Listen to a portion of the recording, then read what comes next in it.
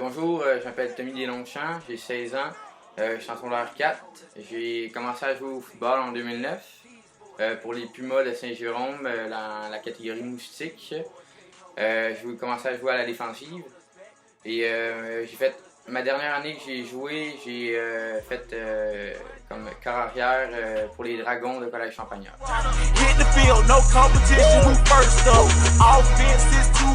J'ai fait des commotions, je me suis cassé la clavicule, je me suis déplacé la rotule, je me suis cassé la clavicule.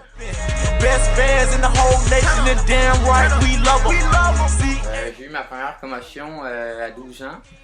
En jouant pour les Pumas dans la catégorie Pee-Wee. Ma deuxième, je l'ai eu à 14 ans dans la catégorie Bantam, toujours avec les Pumas.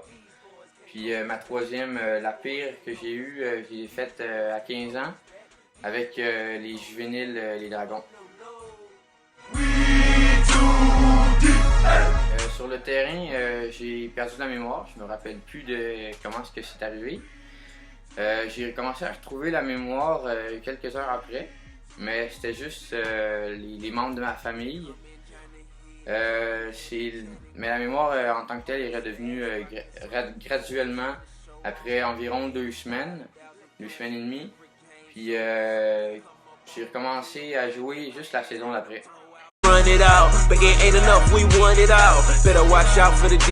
Ma deuxième commotion, ça a été plus un léger coup à la tête, mais que les médecins ont déclaré comme une commotion en prévention. J'ai recommencé à jouer au football 2 semaines après avoir fait le protocole de retour au jeu. Après avoir fait une journée entière sans avoir de mal de tête, j'ai commencé à faire un temps de course déterminé. Puis à chaque jour, j'ajoutais 5 minutes à ce temps.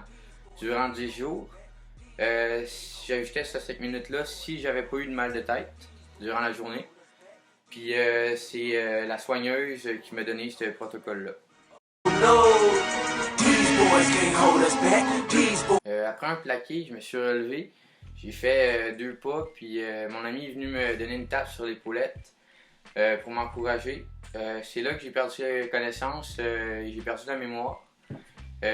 Par après, j'ai su que j'avais perdu connaissance durant à peu près 2 minutes, que j'étais parti en ambulance aussi.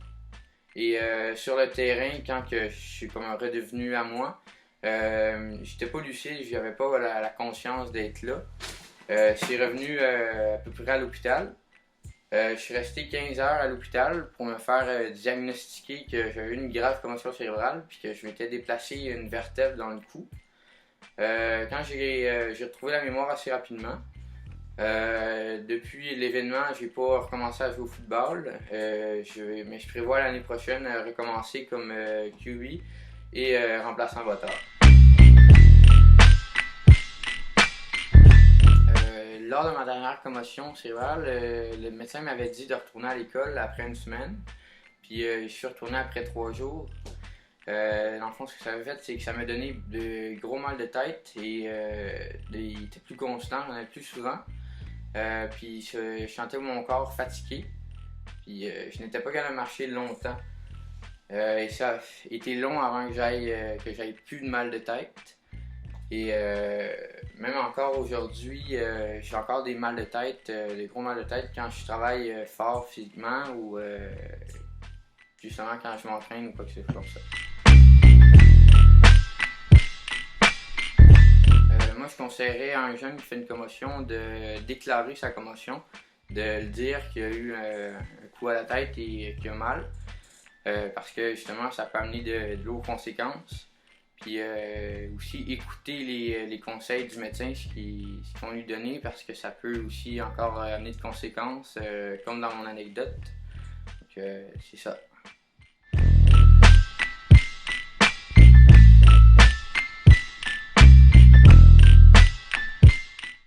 Chartier, je suis coordonnateur des sports et du programme sport-études au Collège Esther-Blondin. Oui, j'ai joué au football. J'ai commencé à jouer au football au niveau Midget 3A avec les Cougars de Saint-Léonard. Suite à ça, j'ai poursuivi ma carrière au collégial avec le Cégep Maisonneuve.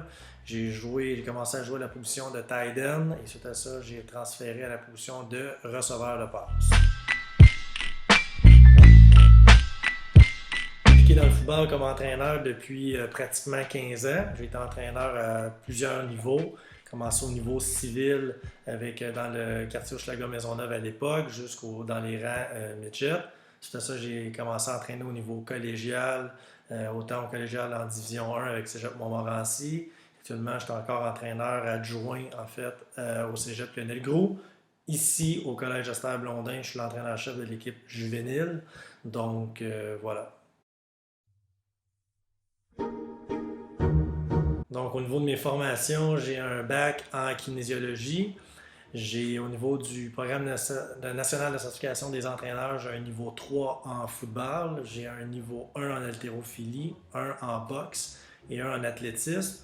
Au niveau des formations connexes aussi, donc toutes les formations, je suis formateur en fait pour Football Québec pour la certification des entraîneurs, donc tout ce qui est les formations pour former les nouveaux entraîneurs, mais également aussi la formation pour la prévention des commotions cérébrales au niveau des techniques de plaqué également.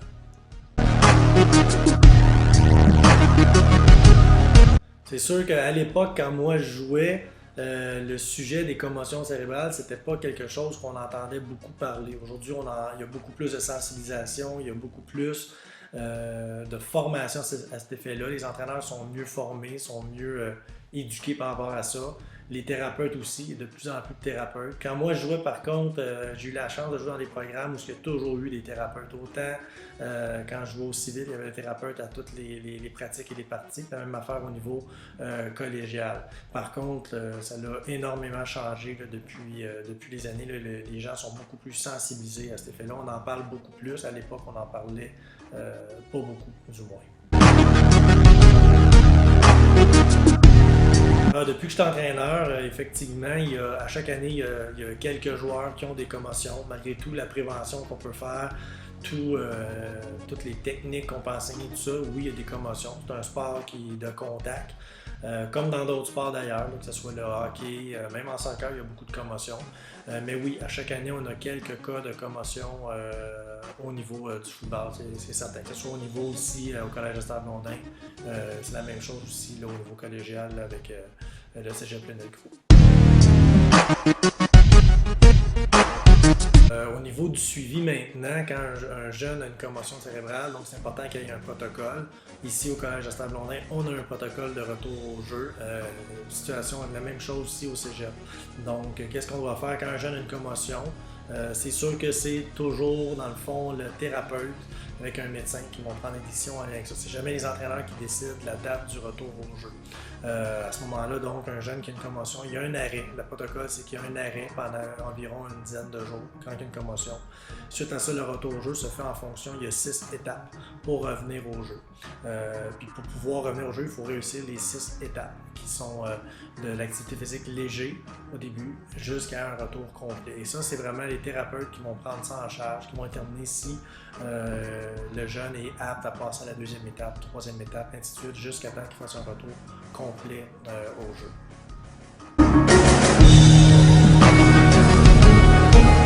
C'est sûr que l'équipement a un impact. Donc, les casques, parce que c'est là que ça protège la tête. Donc, au niveau du casque, c'est important de respecter ce qui est recommandé, en fait, c'est-à-dire de faire reconditionner les casques si on doit être reconditionné et respecter aussi le délai de vie, en fait, du casque. Donc, oui, le casque a un impact au niveau des commotions, surtout au niveau de l'entretien de l'équipement. Je pense que c'est là qui est important et de respecter là, les critères que les compagnies de casques vont demander au niveau du reconditionnement, etc.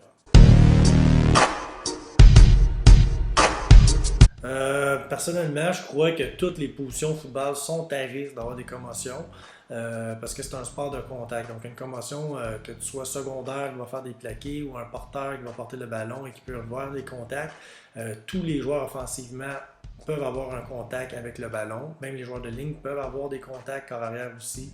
Il faut considérer aussi que les unités spéciales, donc ces joueurs-là vont jouer, les joueurs de position vont jouer des unités spéciales, pardon. Donc, à mon avis, tous les positions sont susceptibles d'avoir une commotion. C'est sûr que les formations que j'ai faites dans les dernières années sont utiles, ça sensibilise beaucoup, ça nous permet aussi de travailler différemment dans des entraînements, puis aussi de voir les choses d'une autre perspective. Donc oui, ça aide beaucoup. D'ailleurs, je pense que les entraîneurs devraient tous être formés à ce niveau-là. Donc ça a un impact sur les prises de décision. On comprend plus aussi au niveau des symptômes. Au moment de la commotion, mais après aussi, là, donc on est plus sensibilisé, on comprend plus le pourquoi.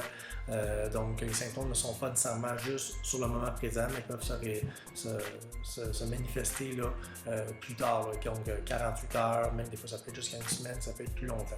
Donc oui, ça a une importance, ça a un impact là, dans ma pratique de coach, d'avoir cette formation-là. Oui, il y a des coûts à ces formations-là, mais ils sont quand même très minimes. Il y a beaucoup de formations qui se font en ligne aussi. Donc, il y a des formations que oui, effectivement, il faut être sur place. Des formations, généralement, qui peuvent durer peut-être 2 heures, 3 heures, selon le type de formation qu'on choisit, là, qui est offerte par Football Québec. Mais il y a beaucoup de formations qui se fait en ligne aussi. Donc, le coût, je pense que quand on est entraîneur, il y a beaucoup d'associations au niveau du milieu associatif, donc au niveau civil, qui vont défrayer, dans le fond, là, les coûts des formations. Les équipes scolaires aussi, c'est la même chose. Mais je pense que comme entraîneur, on se doit d'être formé, on se doit d'aller chercher le maximum de formation possible. Du moins, il va faire de nous une personne plus prête à intervenir si on a à faire une intervention au niveau des commotions. Je sais aussi qu'il y a des formations qui se donnent pour les thérapeutes. Donc oui, il y a des formations qui se donnent pour les entraîneurs. Il y a des formations qui se donnent aussi pour les thérapeutes, pour les premiers répondants, en fond. Qui est un petit peu plus long, qui est un peu plus dispendieux, mais c'est quand même très abordable pour la formation qui est donnée. Donc, si j'aurais des recommandations à faire, je dirais au niveau des joueurs, hyper important que quand on a un symptôme, il faut aviser son entraîneur, il ne faut pas garder ça pour soi, c'est ta santé qui est en jeu. C'est ton avenir aussi, donc c'est important d'en faire part. Donc, si on a une commotion, on ressent des symptômes, du moins, on ne peut pas donner qu'on a une commotion, mais on peut avoir des symptômes. Il faut en parler immédiatement à l'entraîneur, dire j'ai des symptômes, etc. Il ne faut pas garder ça pour soi. Au niveau des entraîneurs, maintenant, c'est la même chose. Je pense que les entraîneurs, il faut qu'ils soient conscients que le football a évolué. Qu'à l'époque, on disait un mal de tête, mais on disait prends des aspirines puis continue. Donc là, c'est plus le cas aujourd'hui. Il faut être sensibilisé. On va aller chercher la formation. Je pense que c'est quelque chose qui est primordial par rapport au niveau des techniques de plaqué sécuritaire. Et même chose aussi au niveau de l'information, là, au niveau c'est quoi une commotion, etc. Je dirais aussi que ce serait important, même primordial, que chaque équipe ait un thérapeute lors de ses entraînements, parce qu'il y a des commotions qui ont lieu là aussi, et surtout, et lors des parties aussi. Donc, c'est important d'avoir quelqu'un qui a une formation adéquate. Donc, ça peut être un thérapeute du sport, ça peut être un physiothérapeute. Bref, il y a des formations plus poussées là, au niveau universitaire qui sont en mesure d'encadrer ces jeunes-là, en fait, lors des parties. Je dirais aussi au niveau des entraîneurs, d'évaluer aussi la pertinence de faire des plaqués lors des pratiques. Il faut en faire, par contre, je ne crois pas qu'il faut faire des plaqués des pratiques avec contact continuellement. Donc, je pense qu'il faut limiter ça, éviter d'en faire le moins possible. Il y a différentes façons qu'on peut l'enseigner sans mettre à risque là, les jeunes là, continuellement. Donc, ce serait mes recommandations que j'aurais à faire là, par rapport aux élèves, aux jeunes qui font du football plus aux entraîneurs.